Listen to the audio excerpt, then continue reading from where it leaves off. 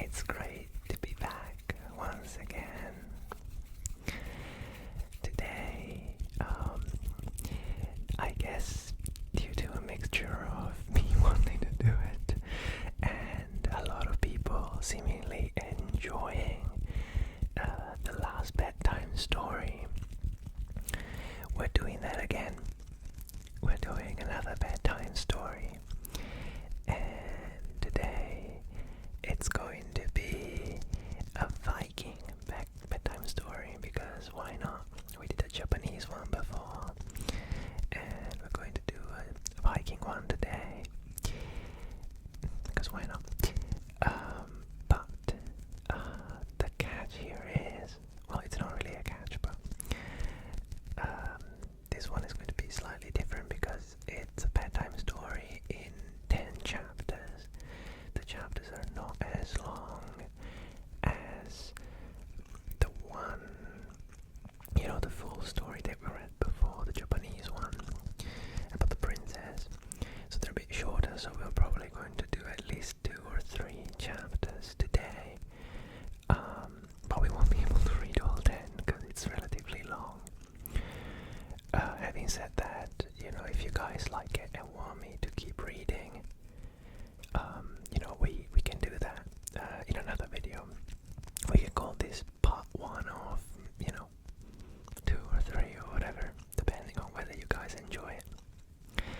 So let's get my trusty iPad here. So I haven't read it, so once again I'll be enjoying it and experiencing it with you. But yeah, it's called The Story of Tuan Mac Cairill. I'm probably butchering the name. It's spelled Tuan, Tuan, Mac, M-A-C, Cairill, C-A-I-R-I-L-L.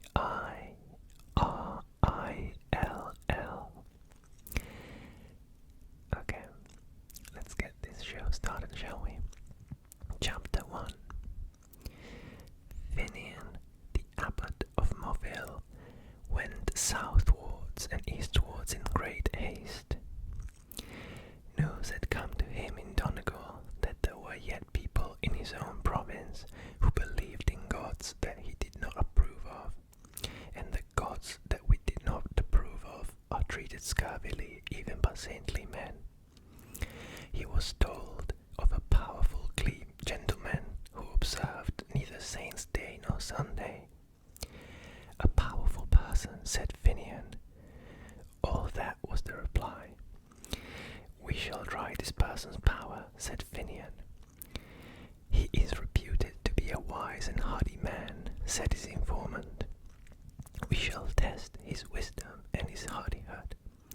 He is, the gossip whispered, he is a magician. I will magician him, cried Finian angrily. Where does that man live? He was informed, and he proceeded to that direction without delay. In no great time he came to the stronghold of the gentleman who followed ancient ways, and he demanded admittance in order that he might preach and prove the new God, and exercise and terrify and banish even the memory of the old one. For to a God-grown old time is as ruthless as to a beggarman grown old. But the Ulster gentleman refused Finian admittance. He barricaded his house, he shuttered his windows, and in a gloom of indignation and protest, he continued the practices of 10,000 years, and would not hearken to Finian calling at the window or to time knocking at his door. But of those adversaries it was the first he redoubted. Finian loomed on him as a portented a terror, but he had no fear of time. Indeed, he was the foster brother of time, and so disdainful of the bitter god that he did not even disdain him.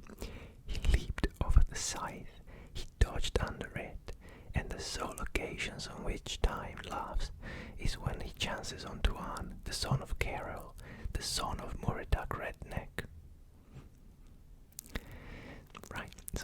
chapter 1.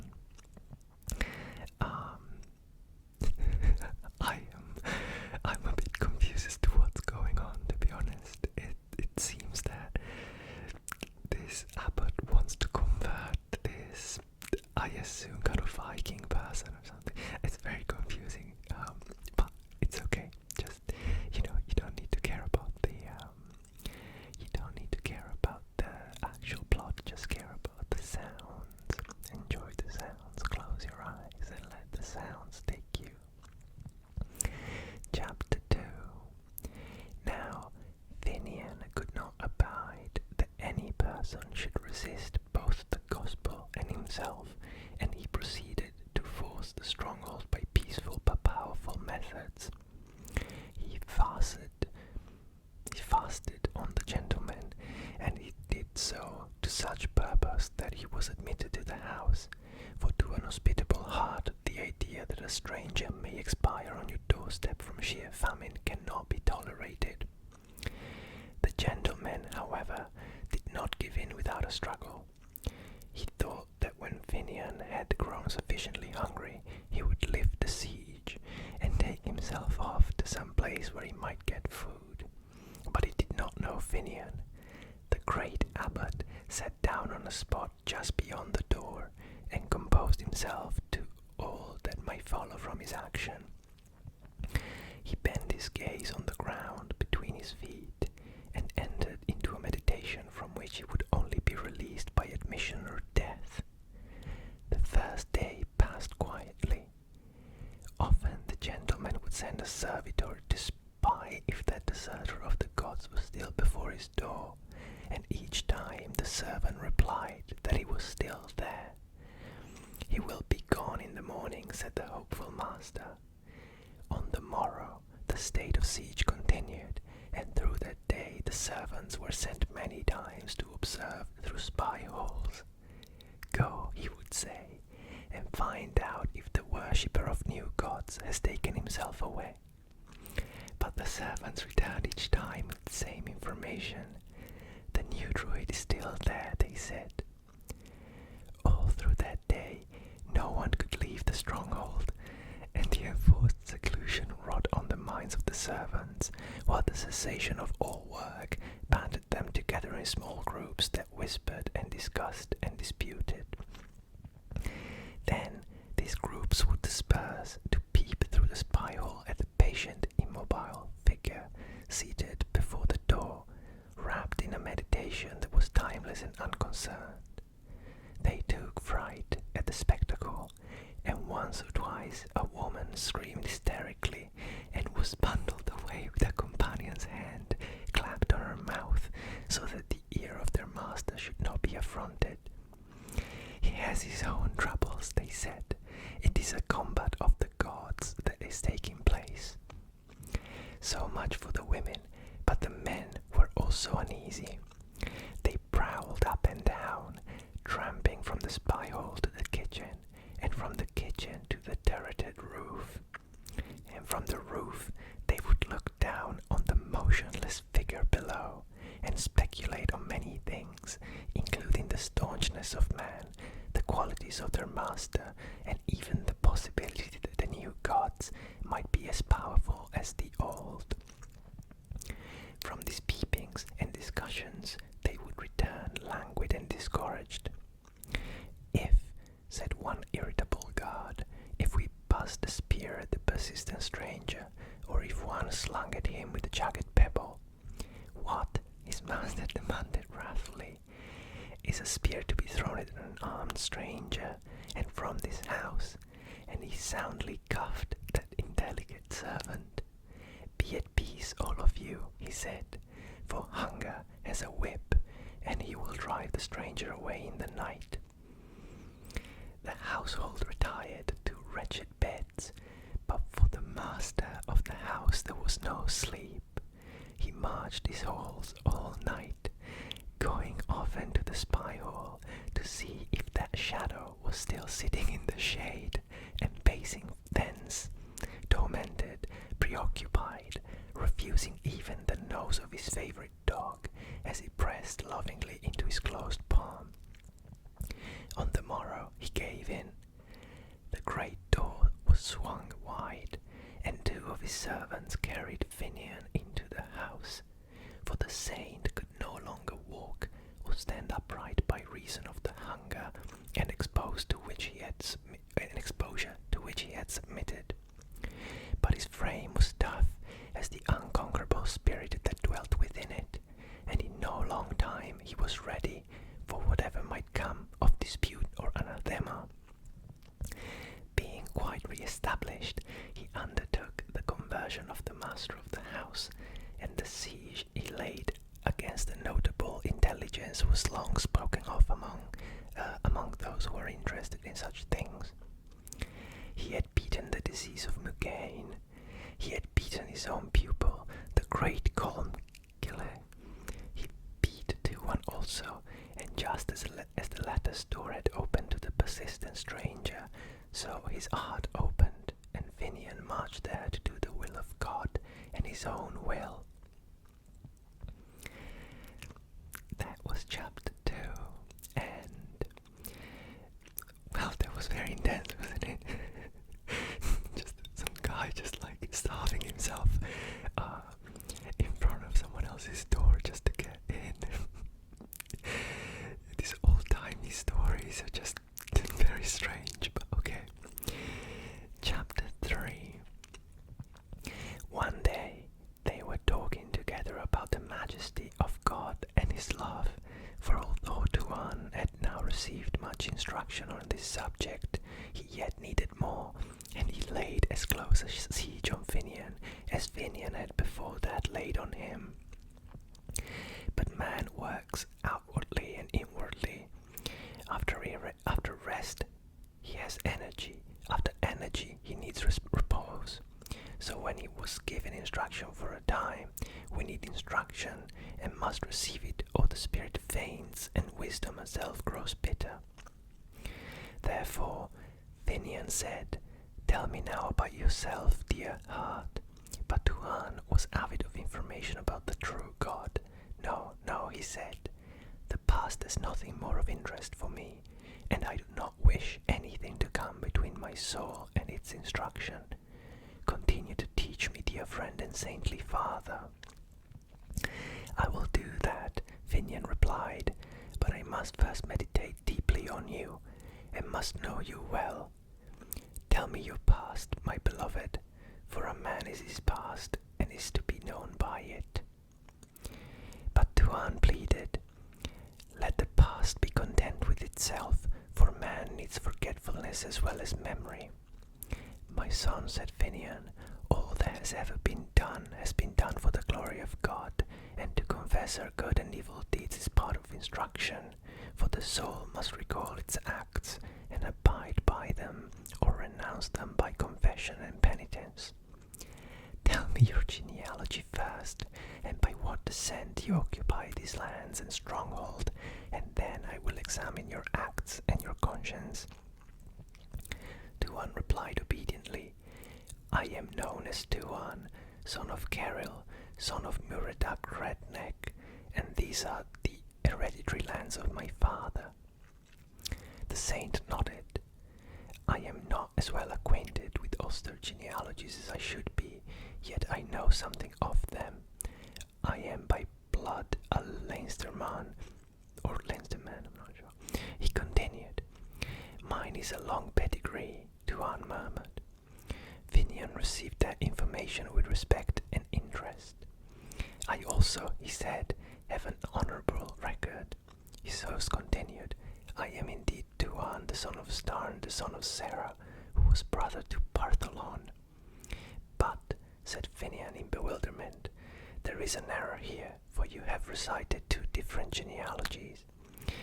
"Different genealogies indeed," replied Tuan thoughtfully, "but they are my genealogies." "I do not understand this," Finian declared roundly. "I am now known as Tuan Mac Cairill," the other replied, "but in the days of old I was known as Tuan Mac Starn Mac Sarah, the brother of Partholon." The saint gasped. "That is my pedigree," Tuan said. "But," Finian objected in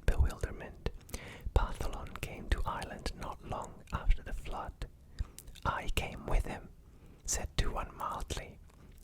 The saint pushed his chair back hastily and sat staring at his host, and as he stared, the blood grew chill in his veins, and his hair crept along his scalp and stood on end. Okay, that was chapter 3, and it was maybe even more confusing than the previous one. I don't know, I guess he doesn't, the religious guy didn't realize that two different families had united somehow, and this Tuan is the son of both, or descendant of both, or something. When he said, I do not understand this, I was like, yeah, I don't understand either, to be honest. In any case, chapter 4. But Finian was not one who remained long in bewilderment. He thought on the might of God, and he became that might, and was tranquil. He was one who loved God and Ireland, and to the person who could instruct him in these great themes, he gave all the interest of his mind and the sympathy of his heart. "It is a wonder you tell me, my beloved," he said, "and now you must tell me more." "What must I tell?" asked Tuan resignedly. "Tell me of the beginning of time in Ireland, and of the bearing of Partholon, the son of Noah's son." "I have almost forgotten him," said Tuan. "A greatly bearded, greatly shouldered man he was, a man of sweet deeds and sweet ways." "Continue, my love," said Finian. "He came to Ireland in a ship. 24 men and 24 women came with him, but before that time no man had come to Ireland, and in the western parts of the world no human being lived or moved. As we drew on Ireland from the sea, the country seemed like an unending forest. Far as the eye could reach, and in whatever direction, there were trees, and from these there came the unceasing singing of birds. Over all that land the sun shone warm and beautiful, so that to our sea-weary eyes, our wind-tormented ears, it seemed as if we were driving on paradise. We landed, and we heard the rumble of water going gloomily through the darkness of the forest. Following the water, we came to a glade where the sun shone and where the earth was warmed, and there Partholon rested with his 24 couples and made a city and a livelihood. There were fish in the rivers of Ire. There were animals in her coverts, wild and shy and monstrous creatures ranged in her plains and forests, creatures that one could see through and walk through. Long we lived in ease, and we saw new animals grow, the bear, the wolf, the badger, the deer, and the boar. Partholon's people increased until from the 24 couples there came 5,000 people who lived in amity and contentment, although they had no wits. "They had no wits," Finian commented. "They had no need of wits," Tuan said. "I have heard that the firstborn were mindless," said Finian. "Continue your story, my beloved." "Then, sudden as a rising wind, between one night and the morning, there came a sickness that bloated the stomach and purpled the skin, and on the 7th day all of the race of Partholon were dead, save one man only." "There always escapes one man," said Finian thoughtfully.